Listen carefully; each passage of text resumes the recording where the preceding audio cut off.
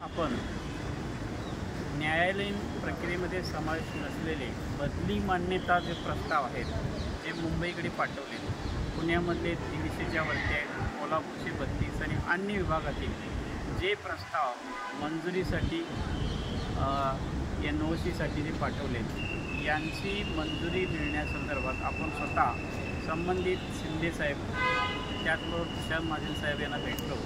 त्यांनी सांगितले 10-15 दिवसामध्ये मंत्री महोदयाच्या शिफारशीनंतर या NOC पडतील. तदनंतर संबंधित जिल्हा किंवा डेप्युटी या माध्यमातून त्या वैयक्तिक मान्यता सादर केल्यानंतर या सर्वांच्या वैयक्तिक मान्यता मिळतील.